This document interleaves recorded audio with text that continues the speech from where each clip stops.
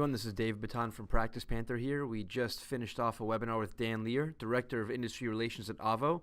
For some reason, the audio did not record properly, and people have been emailing us nonstop all day asking us for how to increase their Avvo rating in 10 steps. So we're going to get started, and we're just going to recap a quick summary of what we learned today on the webinar. So first off, starting off with the Avvo rating itself. So typically what Dan was mentioning was that if you do not claim your profile, usually you'll be at around a 6.5 default rating. And he said they're moving away from that to showing NA, not available, not applicable. So it's not showing a rating anymore.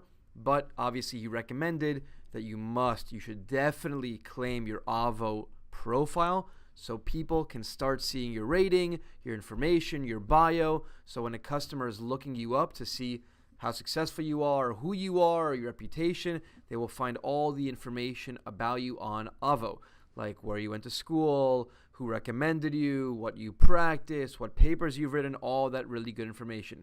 So think of it as like your LinkedIn profile, but for an attorney. All right. And starting off with the tips to increase your rating, tip number 1 is publications. So Dan Lear highly recommended putting as many publications as possible on your profile. So if you've been published in the ABA or any other bar association, you want to upload that to your profile on Avvo, and they will give you credit for it, and your rating will go up. They do take it into account in the algorithm. Blogs, depending on the blog. So he was mentioning the SCOTUS blog, for example, the Supreme Court blog of the U.S. If they ever cited you in any of their blog posts, that is massive for you. That is a very reputable blog, so you definitely want to put that on your Avvo post. If you were doing law review in law school, you definitely want to mention that. You definitely want to upload any of the publications that you authored. And anything non-legal related, business related, anything else that you think is really reputable, you definitely want to upload that to your profile as well. They take that into account also. All right, moving on to peer endorsements, one of the heaviest weighting for the rating.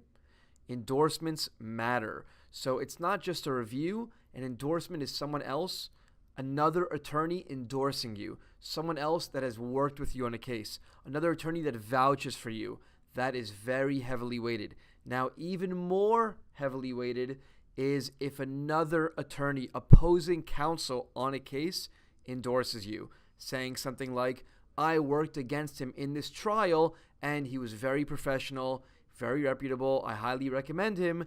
That is really heavily weighted according to Avvo if an opposing counsel gives you an endorsement. So go out there, ask your colleagues, other attorneys to endorse you. It will help dramatically improve your Avvo rating. Work experience was another big one. So very similar to your website, Google will rank your website higher according to the age of your website, how long your website has been around. So Avvo does something very similar with your work experience. If you just started practicing law a year ago versus someone that's been around for 20 years, they're going to take that into account. So obviously you can't change that, but the longer you're around, the higher your score will naturally get. After law school matters the most. What you did after law school. So were you working for firms? Did you have your own firm? Did you work for a judge? All your legal work experience matters a lot.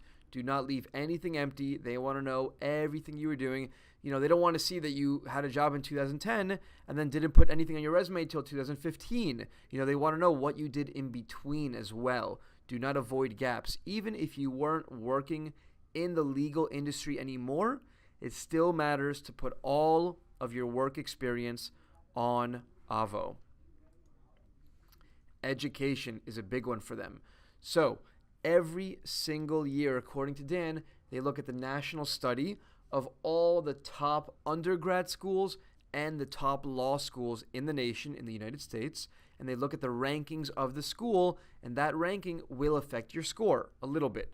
So if you went to Harvard Law School and Harvard happens to be ranked number 1 this year and you went there, that will add a little bit more of a ranking factor to your profile score as opposed to if you went to a different non-Ivy League school, for example, depending on the ranking.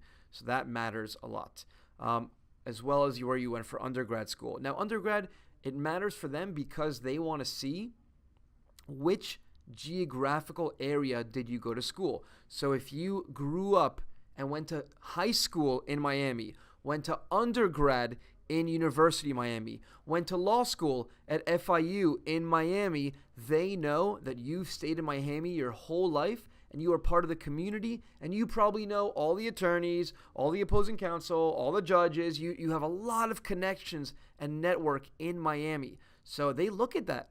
They don't want you hopping around all over the place. Well, it doesn't really matter, but if you stay in your local community, it will help you more, and that's what they look at. Now, along with high school, undergrad, and law school, they also look if you have additional degrees, like you got your master's, you got a PhD, you got an LLM, anything extra you could add on that you've done, put on your Avvo profile. It will definitely help in the scoring. Number 5, state and local bar associations. They want to know every bar association you're a member of, every state you're a part of. So if you are a Florida bar member and you're also the member of the Miami-Dade Bar Association, maybe the Young Leader Division of Florida, all of those different groups you're a part of, they want to know. Similar to when you were applying to college, colleges didn't just care about your grades. They also wanted to know extracurriculars, what you were doing after hours, after school. Same thing with Avvo. They also want to know, are you active in the community? Are you helping back? Are you giving back? Are you part of bar associations, your local associations? Are you helping out after hours, after work? All of this stuff, all the leadership really matters to them as well. Number 6, multiple jurisdiction licensing. So a lot of attorneys in the U.S., not a lot, but some of them are licensed attorneys practicing in other states, like a Florida bar attorney, New York bar attorney. So you want to put all of that on your profile. Now, Dan mentioned that if you're a part of 20 bar associations, it won't necessarily help you, obviously, but they like to see that you are diverse, well-rounded. If you do have multiple bar associations that you're a part of, you definitely want to list all of them. For that reason, but also clients searching for you in New York, you will most likely probably be on that search result because you are a member of the New York State Bar. So you want to put all that information in your profile as well. Number 7, awards. They want you to show off. If you've done a really good job in your career and you've won awards, show it off. Tell the world what you've won, and your ranking will probably increase depending on what the award was. So obviously, if you've won any bar association awards from your state or local bar, that's huge. You definitely want to put that up there. Specific awards in the legal industry, like you're a super lawyer, you won that award. Martindale Hubbell, law school awards, any of these big awards that you've won, put on your profile. Number 1, not only will it probably increase your rating, but number 2, it will also increase the trust that your clients have in you when searching for your profile and finding this information. Lastly, any state certifications you have, you definitely want to list them as well.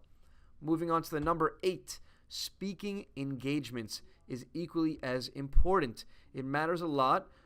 Dan said not as much as other categories, but if you've given talks to your local bar association, if you're a member of the state bar and you give talks at conventions, shows, if you've given CLE classes before, you want to put that in your profile. Once again, it may affect your score, and it also shows, like before, more trust to your clients. Dates matter. So very important. If you've won an award 10 years ago and you spoke somewhere 10 years ago, it's not as relevant as if you won the award this year or a few months ago. So obviously dates matter a lot. They want to see that you're relevant, you're updating your profile. You don't just create it once, add everything one time 10 years ago and leave it alone. No. The more you work, the more awards you win, the more speaking engagements we have, the more bar associations you're a part of, the more everything. You want to update everything on a continuous basis. The more information they have of you, the higher your score will likely be. And lastly, it's pretty much the same as number 9. Data ages. Data does get old, so you want to keep updating your profile. 9 and 10 are pretty much synonymous. But the last point that Dan did mention was the algorithm. There are 3 main things broad overall that go into the algorithm. Experience, how much experience do you have, where you've worked, how long you've been around. Industry recognition, that's from endorsements and peer reviews, like opposing counsel. and disciplinary history. We didn't mention this yet, but you start off with a score of 6.5 normally. You could go as low as a score of 2 or 3 if you've ever been disciplined by the state bar. So if you ever have anything bad on your record, Avvo will most likely know about it, and they will show it on your profile, and it will affect your rating. So be very careful with that. All right, and last but not least, keep in touch. If you have any questions at all about Avvo, the Awo Rating, how to increase it, the score, the metrics, the algorithm, feel free. Dan always said he's always available by email. Feel free to always reach out. If you need anything, you could always let him know. One thing he did mention as well on the call is if you ever did get a bad review, you can always contact Avvo, and they do have a submission form where you can dispute that review. So how it works is similar to a chargeback. As soon as you dispute it, they freeze the review, they take it off the site, and then they ask both you and that customer for information, and they look to see if that customer had a real case or not. So it's similar to a chargeback. They handle it that way. But he mentioned that you want to be more proactive instead of reactive. So instead of waiting for a bad review to come around, because it's always inevitably probably going to happen one day, you want to be proactive and going out there and getting as many positive reviews as possible. So God forbid, if one day you do get a negative review, it won't be so bad compared to the positive reviews that you have on your site. Your score won't be affected that poorly. So that's very important. One more thing, if you do end up getting a positive or a negative review, you want to take time to put together a well-crafted response and reply back to that person. If it's a bad review, don't argue with them. Don't tell them you're wrong. Don't tell them you're crazy.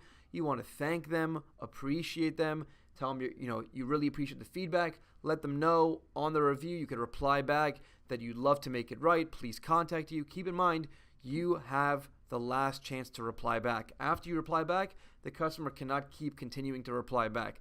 So you're not really replying to the customer.